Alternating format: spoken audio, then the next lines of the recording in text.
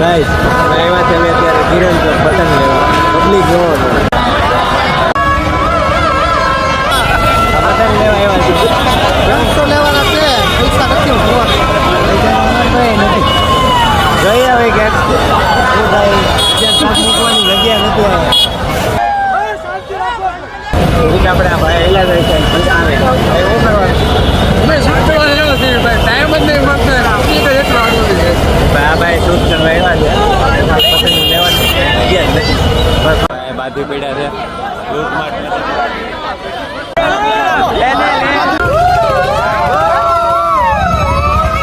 એવડી મોટી હવે કાલે બાકાજી કી બોલાવાની છે ફૂલ તો અમે જાઓ કે બીજા ગોતશું પતંગ અંત મોટા હોય તો. 100 રૂપિયાનું એક પતંગ લીધું છે.